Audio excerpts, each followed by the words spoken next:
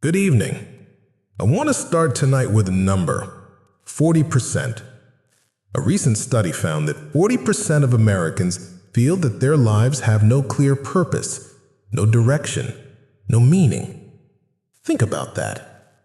In a world with more opportunity, more access to information, and more connection than at any other point in human history, nearly half of us feel lost. We all start with a blueprint, don't we?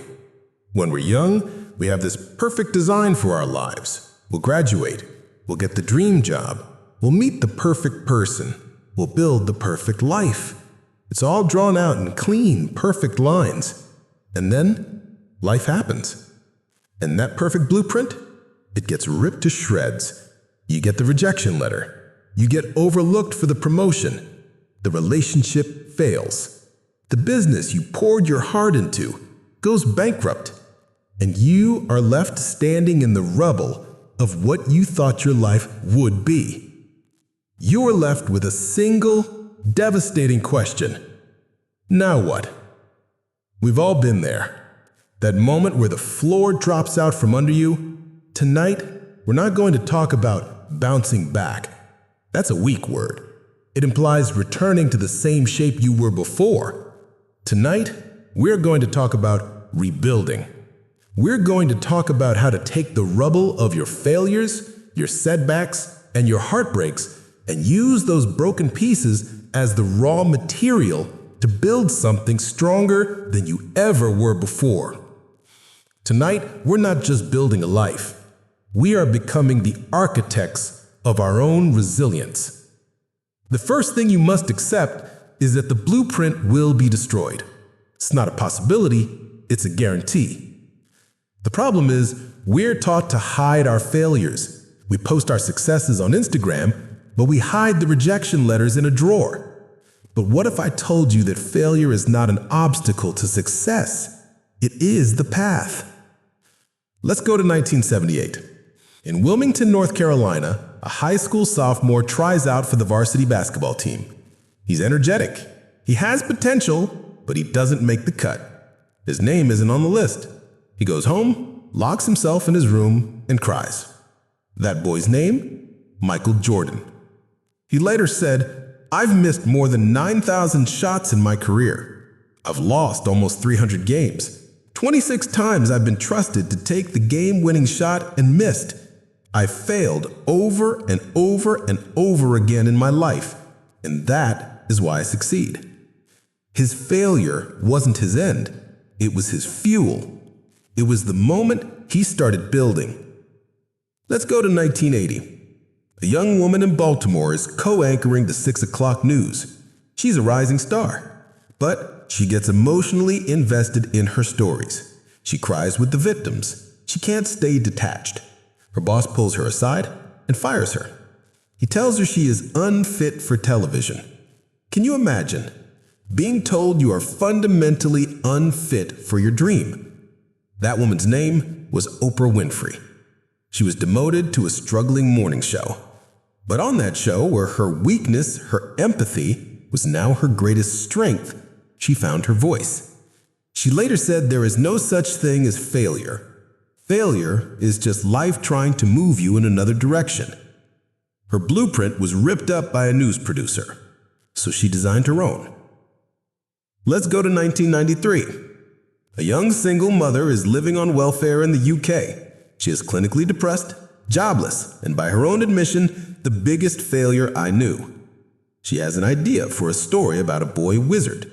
She writes it in cafes while her daughter naps. Her manuscript is rejected.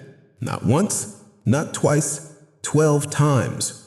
One publisher literally told her, "You should not quit your day job." That writer? J.K. Rowling. And what about the man who defined modern innovation? In 1985, he was 30 years old, he had built a $2 billion company, and he was fired, publicly, humiliatingly, fired from the company he started in his parents' garage. Steve Jobs. He later called it the best thing that could have ever happened to me. He said the heaviness of being successful was replaced by the lightness of being a beginner again. That lightness led him to create Next and Pixar and eventually return to Apple to save it. Jordan, Oprah, Rowan, Jobs. These aren't just success stories. These are stories of resilience. Their lives are proof that your greatest setback is often the setup for your greatest comeback. The problem isn't that your blueprint was destroyed. The problem is that no one ever taught you how to be an architect. So tonight, let's learn how to build. The architecture of resilience is built on 3 core foundations. These aren't theories, these are blueprints. Blueprint 1, the foundation, locus of control. The first step is to seize the blueprints.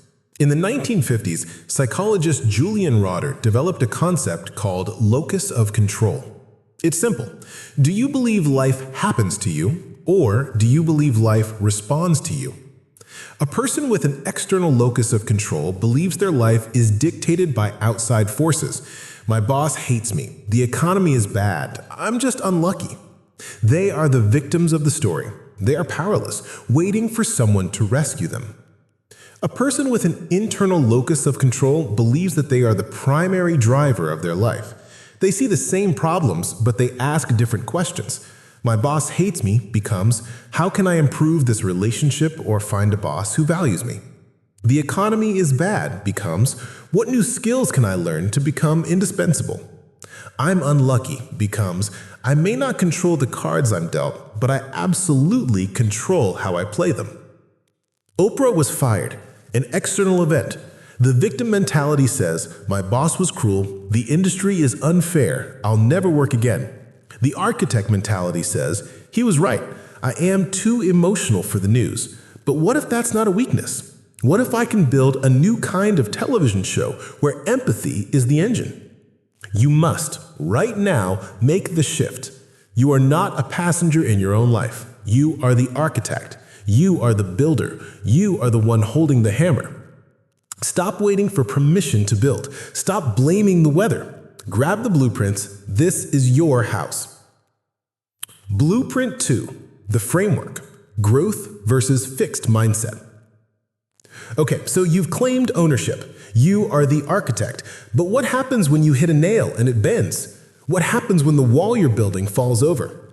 This is where the second blueprint comes in, your mental framework. Stanford psychologist Carol Dweck gave us the most powerful tool for this, the growth mindset. Dweck says we operate from one of 2 mindsets. A fixed mindset believes your talents, your intelligence, your abilities are set in stone. You either are smart or you aren't. You either are a good leader or you aren't. When a person with a fixed mindset fails, it's catastrophic. Why? Because the failure isn't an event, it's a verdict. That rejection letter doesn't say this project isn't a fit. It says you are not good enough. So they avoid challenges, they fear failure, because failure defines them. A growth mindset believes the exact opposite. It believes that your abilities are like muscles. They can be trained, stretched, and grown. When a person with a growth mindset fails, it's not a verdict. It's information. It's data. That rejection letter says, this draft isn't strong enough, yet. That missed shot says, your footwork needs practice. Let's get back in the gym. Michael Jordan wasn't born Michael Jordan. He was a kid who got cut from the team, but he had a growth mindset. That failure wasn't a verdict, I'm a bad player. It was information. I need to work harder. He used to wake up before dawn every single day to practice. He built himself into the greatest of all time. You are not a finished product. You are a work in progress. Embrace the word yet. I'm not good at this yet. I don't understand this yet. I haven't succeeded yet. A growth mindset turns the rubble of failure into the stepping stones of progress. Blueprint 3, the scaffolding, stoicism, and post-traumatic growth. You're the architect, you have a growth mindset, but the build is long, it's exhausting, the storms will come. How do you endure the process? You need scaffolding. You need a philosophy for the day-to-day grind. The most powerful one ever created is over 2,000 years old. It's the philosophy of the Roman emperors and the resilient, Stoicism. The core idea of Stoicism is this: you cannot control what happens to you. You can only control how you respond. That's it. The Stoics called this the dichotomy of control. The traffic is out of your control. Your response to the traffic is in your control. What someone says to you is out of your control. Your interpretation of what they said is in your control. When life rips up your blueprint, you have a choice. You can suffer twice, first from the event and second from your reaction to the event, or you can suffer just once and then get to work. As the Stoic philosopher Emperor Marcus Aurelius wrote, "The impediment to action advances action. What stands in the way becomes the way." This is the final beautiful secret. Psychologists Richard Tedeschi and Lawrence Calhoun studied people who survived immense trauma, and they found something incredible. They found that many survivors didn't just bounce back, they bounced forward. They called it post-traumatic growth. The survivors reported a greater appreciation for life, deeper relationships, a new sense of personal strength, a new sense of purpose.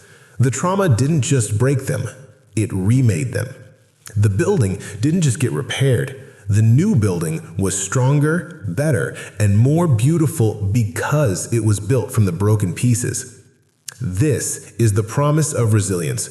Not that you will avoid the fire, but that you can be forged by it. Your deepest wounds can become the source of your greatest strengths. Your failure, your heartbreak, your loss, that is not the end of your story. It is the beginning of your legend. I want to show you what this looks like in the real world. I want to tell you one last story. It's 2002.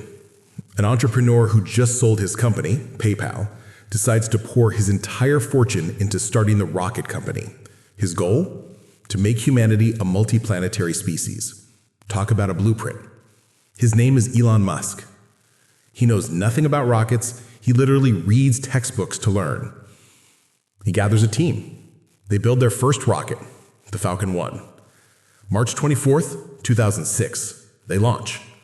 25 seconds after liftoff, the engine fails. The rocket spins out of control and crashes into the ocean. Failure number 1, a total loss. Do they quit? No. Growth mindset. This isn't a verdict, it's data. They spend a year rebuilding. March 21st, 2007, launch number 2. The rocket goes up. It reaches space. Everything looks perfect, and then spins out of control. It fails to reach orbit. Failure number 2. Now the pressure is on. The money is running out. The team works frantically. August 2, 2008, launch number 3. This one has to work. It's carrying payloads for NASA. The first stage works perfectly, but when the stages separate, they collide with each other. The rocket is destroyed. Failure number 3. The company is bankrupt. The blueprint is vaporized. Steve Jobs was fired, but he was a millionaire. Oprah was fired, but she had a new job. Elon Musk was watching his entire fortune, over $100 million, disintegrate in the sky. This is the moment. This is the rubble. He has an external locus of control. He can say, "This is impossible. The government has billions and they fail. Who did I think I was?" He has a fixed mindset. He can say, "I'm a software guy, not a rocket scientist. I'm a failure." He can quit. Everyone expects him to. But he is an architect. He finds just enough money for one more launch, one last attempt. The team sleeps at the factory. They rebuild the rocket from spare parts. September 28th, 2008. Just 6 weeks after the last disaster. Launch. Everyone is holding their breath. The stages separate cleanly. The engine ignites. It keeps going. And 9 minutes later, the Falcon 1 becomes the first privately funded liquid-fueled rocket to ever reach orbit. That moment changed everything. Days later, NASA called. They awarded SpaceX a $1.6 billion contract. Today, that company is the most valuable aerospace company on Earth. But that success was not built on genius. It was built on the ashes of 3 catastrophic failures. It was built